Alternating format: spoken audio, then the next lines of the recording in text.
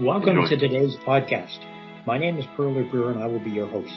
Today's podcast guest is Eric Brideau. Eric is the Director, Investigation and Technical Services and Chief Compliance Officer for WorkSafeNB.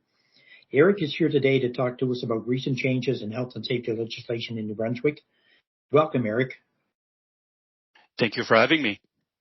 I guess a good place to start, Eric, would be to maybe get you to tell our listeners about what are your responsibilities. Yeah, in the investigation and technical services, it's under the prevention division, so the umbrella of prevention of WorkSafeNB. Kind of a specialized teams, really. Investigations kind of speak to, well, the term speaks to itself, where we have a specialized unit doing investigations of serious injuries, would be amputation, fracture, obviously all the way to deaths.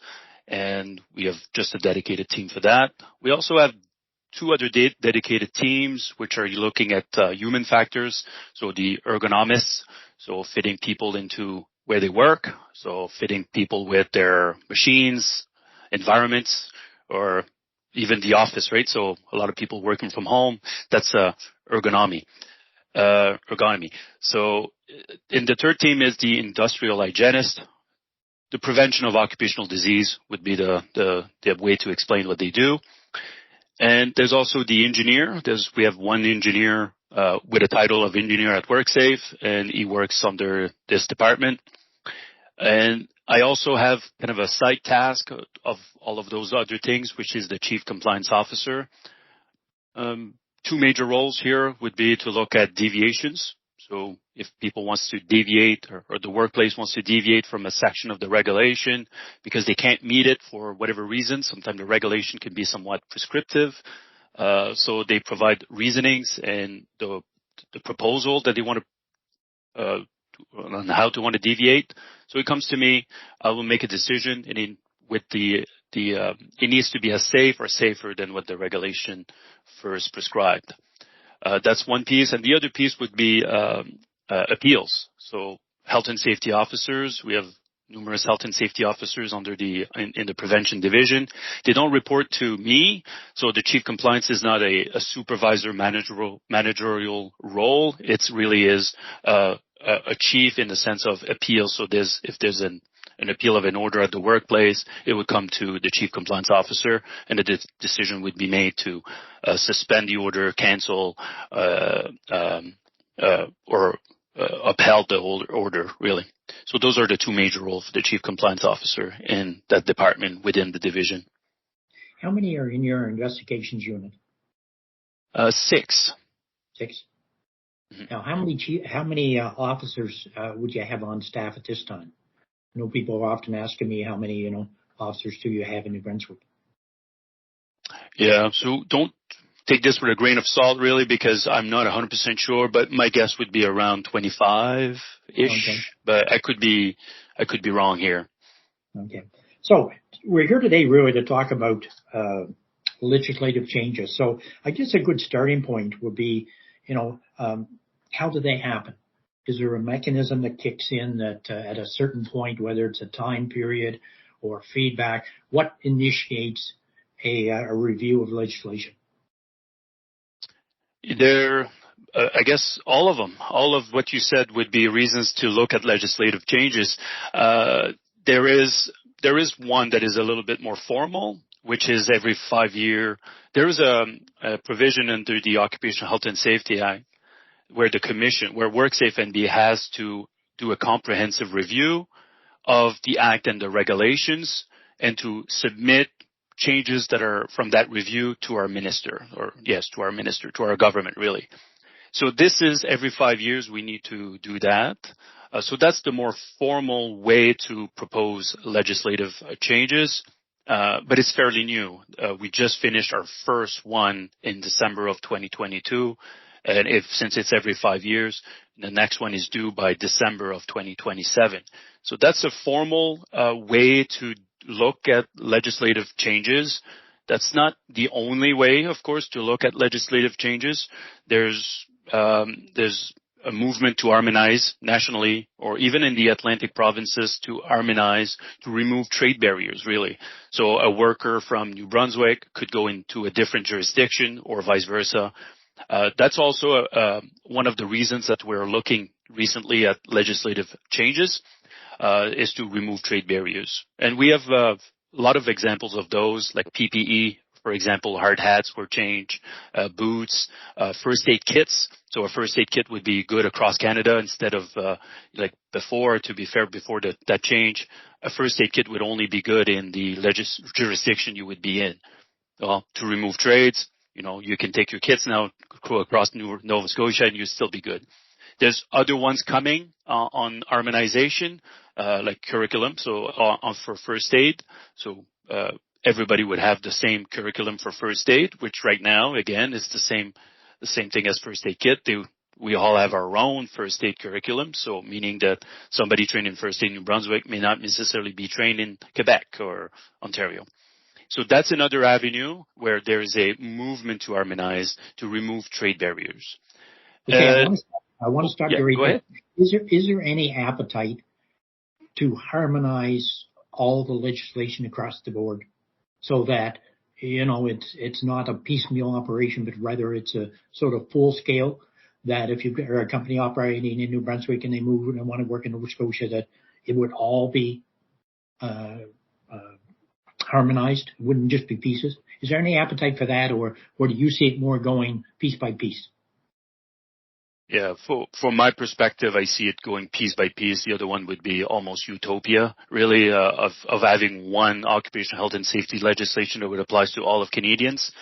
There's so many regional differences that I would suggest that potentially it would be almost impossible. So piecemeal, really, yes. Okay, so to continue on the discussion there about legislation updates. So there's 13 topics now on your website that amendments that are now in effect.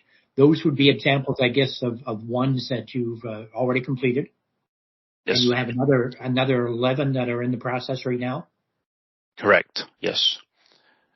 Those are, if I can speak to those changes, those are probably the biggest piece of legislation changes that we are experiencing right now.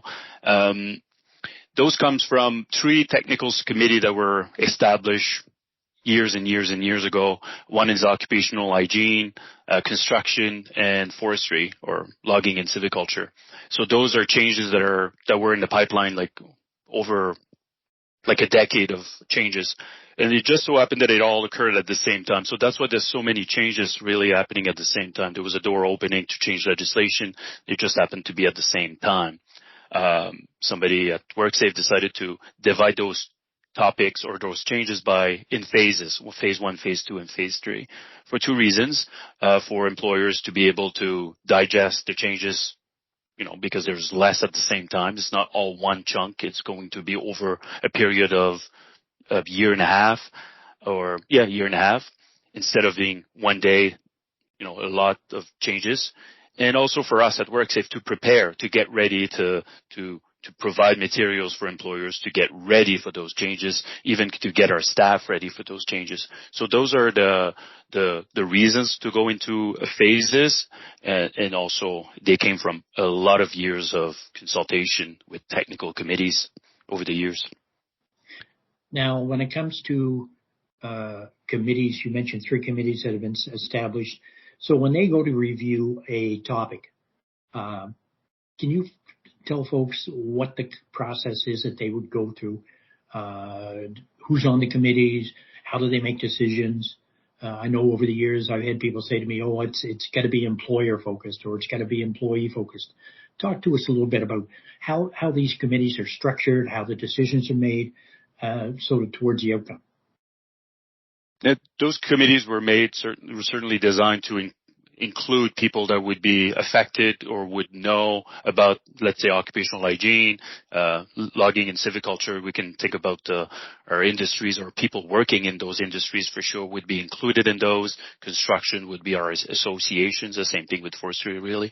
But the associations would be involved, just to be sure that we have as much a wide variety of opinions to be able to make changes that are, when we go to consultation, that they will be supported and they are enforceable in the future.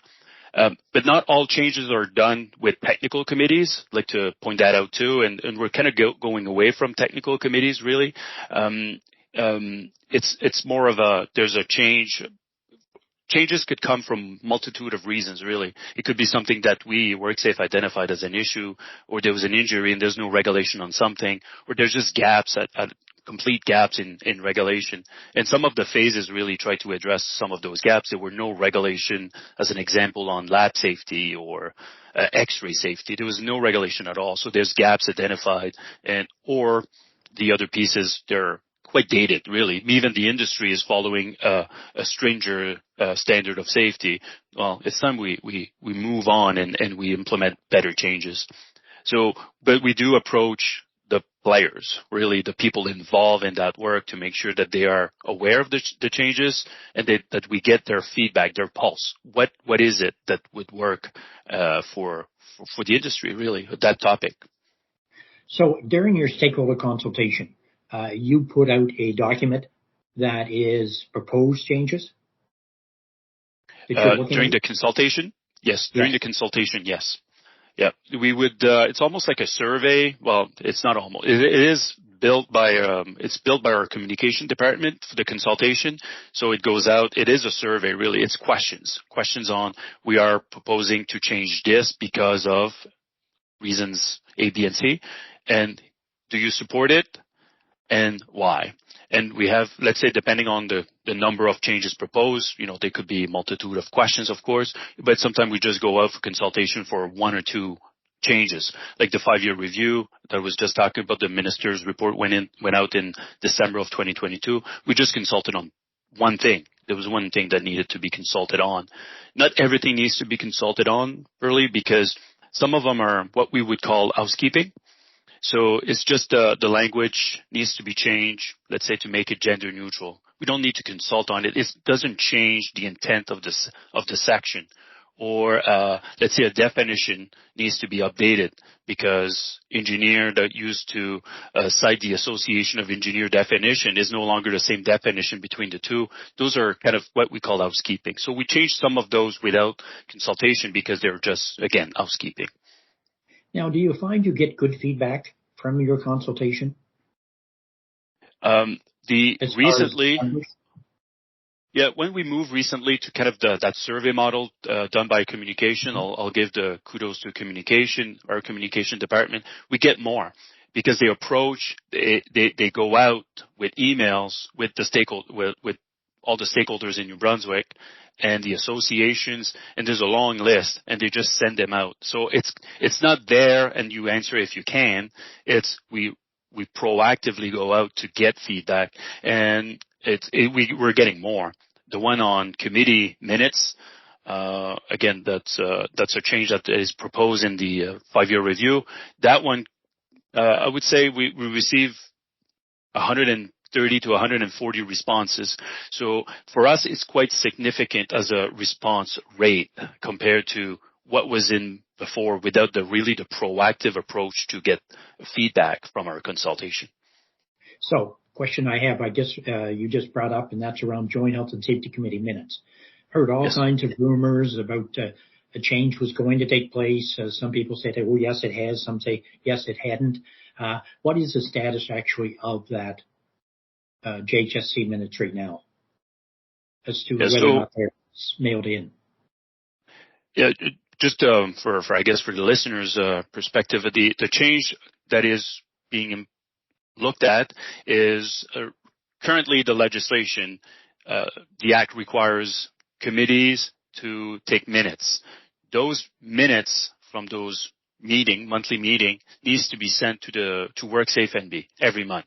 So it's the change is to amend that section to go from the minutes needs to be sent to WorkSafeNB to the minutes needs to be retained by the workplace. So you retain those minutes and make them available to an officer upon request if they want to do a blitz and check those minutes.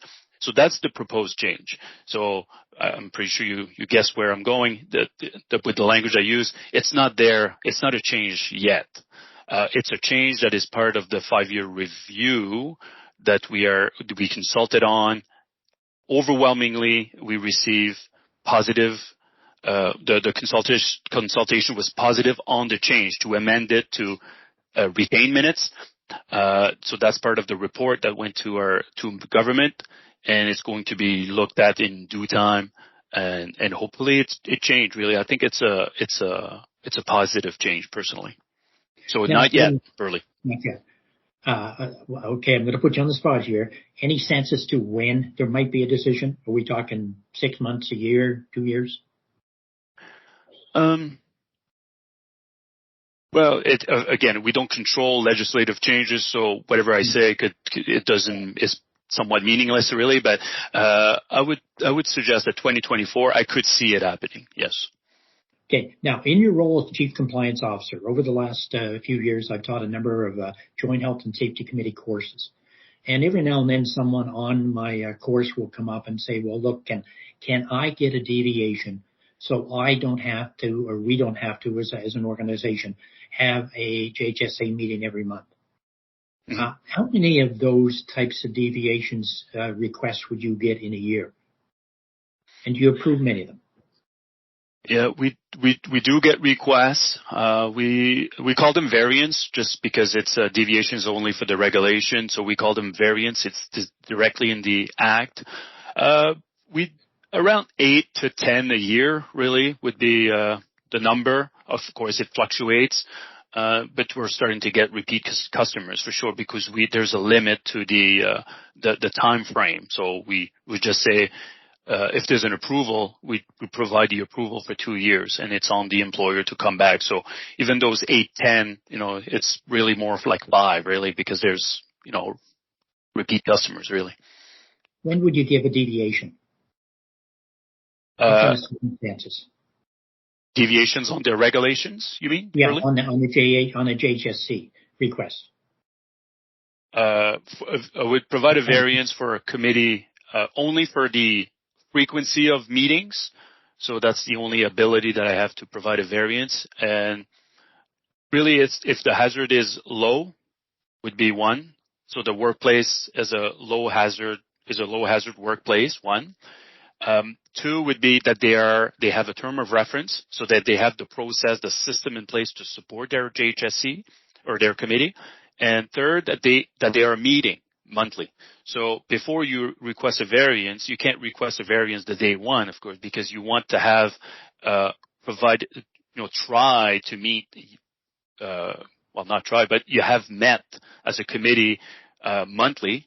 To see if maybe because you need to try it out, is there something that you get value? And if you only meet every other month, you're not going to get as much value. So you want to make sure that people has the ability to go over and meet a full year every month and then consider potentially asking for a variance. So those 3 things, low hazards, they have a term of reference and a functioning committee for at least a year, meaning that they met every month. So back to our amendments that are in effect, 13 different topics. Anything jump out at you as far as topics that you would consider a fairly major change that came about as a result of those 13 amendments? Some of them, as you say, maybe just language and so on, but any sort of things jump out that you would like workplaces to know about that they really, obviously they need to know about everything, but anything particular that you need workplaces to know about? Yes, I like your point earlier. It's every workplace is different, of course, and not all of the topics would apply to every workplaces. But there are some significant changes, of course, and one of them would be confined space. It doesn't apply to a lot of workplace for sure. Not every workplace or employee does confined space entries. But if you do, it's a significant change. So it's almost like a new regulation when it comes to confined space. Borrowed the language from CSA Z1006. The old regulation was kind of a person A does this, person B, but they were not named.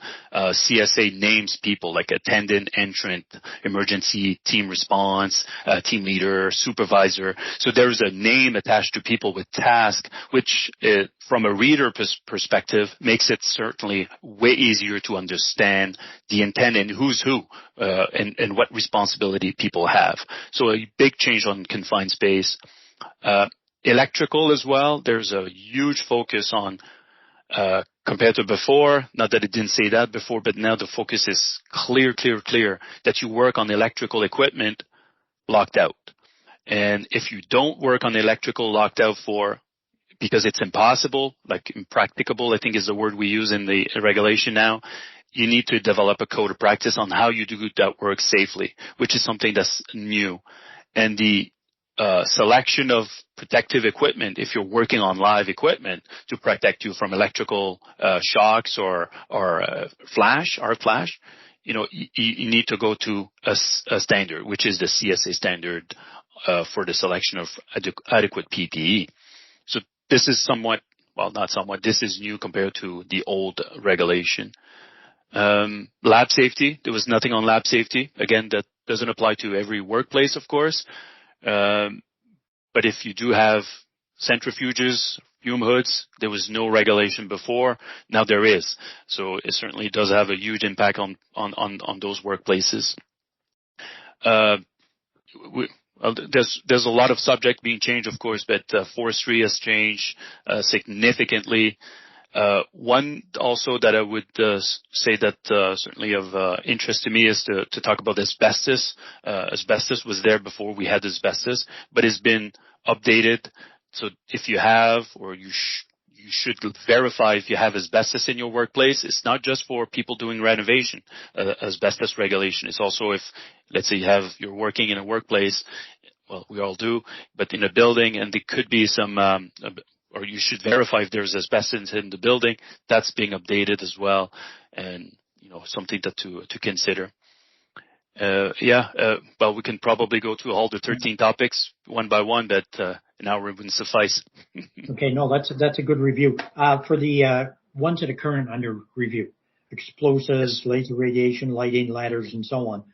Let's take the topic of ladder safety. What kind of changes would you be making or suggesting relative to ladder safety? Yeah, the main change there is to update the standard. So we require ladders to be CSA approved. That's currently in regulation, which is a standard from the 1990s. It's to go to the newest version of the standard, but also to allow for ANSI approved ladders. So ANSI and right now it's only CSA approved ladders that are allowed on the in workplaces. Is to allow also ANSI approved ladders, which have different type of ladders as well that are not covered under CSA, which in theory right now would not be allowed in the workplace. We allow them for sure because they're manufactured, they're well built and well designed, but that's a major change for ladder, really. What about scaffolding? Scaffolding would be there's now going to be regulation around bracket scaffold. So if you don't know what bracket scaffolding would be, it's a scaffold that you attach on a wall, and sometimes that's what you see around the perimeter of roofs. And so they attach it on the wall at the highest peak, and they can do the fascia of the roof from those scaffolding. They're not covered right now under the regulation, and they will be. And it's also to allow for a manufactured scaffold planks. So where you walk, the platforms are made of planks. The regulation requires planks, like wood planks, really, just regular wood planks. But the technology changed, and now you have manufactured planks, which are normally I call them metal tech scaffold planks, but they're just manufactured ones. They fit directly. They're ways to lock them in place, and those are the major change from scaffolding. What about hearing loss? Yeah, hearing loss is one of the major one, really, on the third phase. So what already exists is you need to test for noise in your workplace, and if you're above a certain noise level over a certain period of time, 85 over 8 hours, which is a regular day, I guess. You need to wear hearing protection. What the changes will add is people exposed to that level of noise, you need to do a noise test before, as soon as practicable, when they start to work, and every 2 years in between. So let's say one of your worker works at 85 decibels and more over 8 hours, you need to provide them with 1, hearing protection, and 2, you need to do noise tests. Test their noise, test their hearing, and then every 2 years after that, every 2 years. And what you want to do is, this is to monitor, is your hearing protection program, is it working? And that's the intent. And you need to create a code of practice to ensure that people are aware the type of protection they need, where they need it, and who will administer the tests and whatnot. Again, because hearing loss is, a significant injury in New Brunswick. Well, all across Canada, really. What about personal protective equipment? Respirator update to the newest standard. The other ones would be vests, just vests, but clothing. If you're working around vehicles, equipments like forklifts, excavators, or even cranes, if they move, you need to wear you will now need in regulation to wear high visibility clothing, which should include your even on the hard hat, vest for sure, is something the standard is looking at. And it's going to reference CSA standard on high visibility apparel, I believe is the title. So I think it's pretty safe to say from your discussion that an awful lot of what you're putting in place here in the province right now will be really tied into what CSA has established through CSA regulations. Yeah, we do not all of it for sure, but there are some elements that are well established in CSA, and why recreate the wheel really. It's like safety apparels. This is not to follow the standard per se, it's to buy equipment that follows the standard. So it's not really an onus on the employer. It's like buying a pair of boots. You don't buy the pair of boots making sure that they are CSA approved. The boots tells you they're CSA approved. So that's kind of the best of both worlds. It's a design standard, safety apparel as being one of them. There are others, of course, like I said about electrical. You need to go in and purchase and select the adequate PPE for the hazard that you do. Therefore, that one, you need to go and read that standard if you're involved in electrical hazard work. First aid regulation. I've heard sort of rumors about there's changes being made to or anticipated. What's happening there? Yeah, this is in regards to the national movement to harmonize. So all jurisdictions across Canada are going through the same process, different. Sometimes they don't need to change legislation like we do, but we do in New Brunswick. But the intent is to all reference CSA standard for curriculum, for the curriculum on first aid. So there's a standard on the first aid curriculum, and we all going to reference it all across Canada. So this is the change to change from a New Brunswick made first aid curriculum to the CSA curriculum. But we also are making other changes at the same time. There's the 6-hour refresher that will be out through consultation that it was determined that this is something that needs to be removed. And there was going to be again, consultation identified that people wanted to have level of first aid depending on the risks. So low risk would require 1 day, and then all the other high risk, I guess, will require the 2-day training. Currently, the regulation requires everybody to have a 2-day standard workplace first aid. It will go from 1 day if you're low risk and 2 days compared to if you have high risk. So there's other change than just citing the CSA standard, of course, but the opening of the regulation was first proposed because to harmonize to CSA on first aid. When do you see that coming about? The fall. The fall? Yeah, early fall, I would say, yes. But again, it's not in our hands to really say a date per se, but we're almost there. So the process is, you consult, and then it goes to government to draft, and then it goes to the Government of New Brunswick website for public review. And all of those steps are done. So we're getting close to the end, really, of the amendments. To go back for a second to the Act itself, that document, any proposed changes coming up on the Act? Yeah, well, the minutes would be on the Act. So the minute for committees would be one. The other, there would just be housekeeping. It would just be I believe it's a definition like occupational disease would match what the occupational disease is under the Workers' Compensation Act. So really minor change. Title is wrong. I believe somewhere like enforcement, it doesn't mean exactly the same thing in French. So even title are not laws anyway, but just to clean up the act. And the requirement for a program is just to break up that section a little bit. So there's a requirement for a health and safety program if you have 20 or more employees employed in the province of New Brunswick. And then if you do meet that, you have let's say age that you need to have as element of your health and safety program. It's just to break it up. So one section will say if you have 20 or more employees in the province of New Brunswick, you need a health and safety program.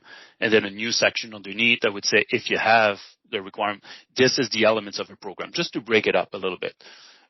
But it really, again, we call it housekeeping because it doesn't affect the language or the implementation on anybody, on employer.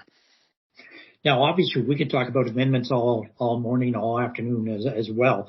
But while I have you here, I'd like to switch topics for just 1 second. You also are in charge of investigations, you mentioned. What kind of accidents, for folks that maybe aren't aware of the kinds of accidents that we're seeing here in our province? What are the kinds of areas that you would be concerned about? You're seeing a lot. Your folks are having to investigate a lot of accidents.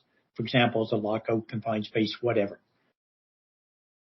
Yeah, they do change over time, of course, and then there's kind of a repeat of type of incidents.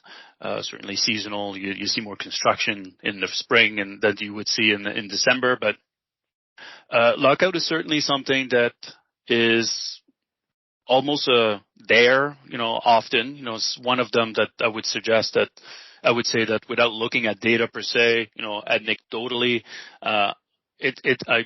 we look at them often. It's just something when followed, there's kind of a complacency around a process, and even if they do have lockout procedures, maybe they allow certain rules to be done without locking out. So lockout is certainly something that I see often. Working from or fall from installing trusses has become kind of an issue over the last 3 years, I would say, so much so that we've approached NBCSA, so the New Brunswick Construction Safety Association, and they have, as you know, training for the construction industry. And we approached them saying that this is something that we are seeing as an issue, and we've worked together. Really, they did the development of it, but we kind of helped with the review and also to provide examples of accidents. So there is a training on installation, safe installation of trusses not just in New Brunswick, it's just the installation of trusses, and it's done by NBCSA. So that's certainly one that, again, that caught our attention, that there was not necessarily a whole lot of information, but that we approached the industry to do something about it. Fall from height, probably not to the same number as lockout, but there are still some. And again, it's all over the place. Really, there's a lot of them. A lot of them. We've investigated about 50 a year, which are what we consider as serious, and they vary for sure. I mean, some of them are explosions. Again, fall from height, trusses, lockout, and everything in between. Now we're about halfway through the year. What do the numbers look like for 2023 at this point, as far as, say, being compared to 2022? fatalities, for Really? example? Fatalities, I'd have to look for sure, but, when it comes to the numbers of, investigation, they're very consistent, even during the pandemic. Not that it was funny, but, funny enough, you would think that they would drop significantly because we're looking at severe incidents. They stayed the same, or little dip for sure, but not as much as you would expect because the number of overall injuries, not just severe, kind of dropped significantly. But we're in the 20s for sure, investigations at this point. Mm-hmm. Well, look, Eric, thank you very much for joining us on the podcast. I'm sure we'll be back to you at some point for further discussions. I know the topic of accident investigation is one that certainly we could get into a lot more detail on. Mm-hmm. And as well, obviously, there's going to be a lot of legislative changes. One last thought, maybe if you want to share, what's the best way for folks to keep up to date on all the legislative changes? Yeah, I'm glad you asked the question, Pearlie, because I certainly want to show off a little bit of what WorkSafe has been doing. So on our website, certainly that's one avenue you can anybody can use to get to know or get informed or just know about future changes that are coming. So on our website, WorkSafeNB.ca, on the main page you'll see it's almost right in the middle. It's bright yellow with black bars in between, just because it captures your attention, and it says something like legislative changes. If you click on that, you'll see our legislative changes, but not just that they are going over what the legislations, what are changing, but there's topics. You can click on the topic. So if you have asbestos in your workplace, you can click on asbestos and it'll show you all the materials created on that topic, or lab safety, or whatever other topics that you may have at your workplace. And there's a lot of documents that were created there, and they're all available there. The other piece too is we have a guide to the legislation. So the guide to legislation, we call it the OSH guide. It's available on normal computers, tablet, phones, either iPhone or Android. And there's a lot of topics on there. And if there was a topic that existed prior to the legislation change, like forestry, there was one, logging and civiculture. Well, it was updated already to the new change to legislation. If there's a new topic like lab safety is brand new, we created a new topic on lab safety.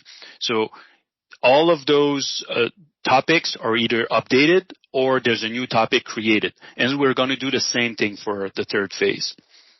If you want to know about changes, well, I invite you to subscribe to our e-news. So if you go on our website, WorkSafeNB.ca, if you go to the bottom, you'll see e-news. E-news is, you just put your email and you get news from WorkSafe, I believe monthly, and it would include things like legislative changes. You'll get other news as well.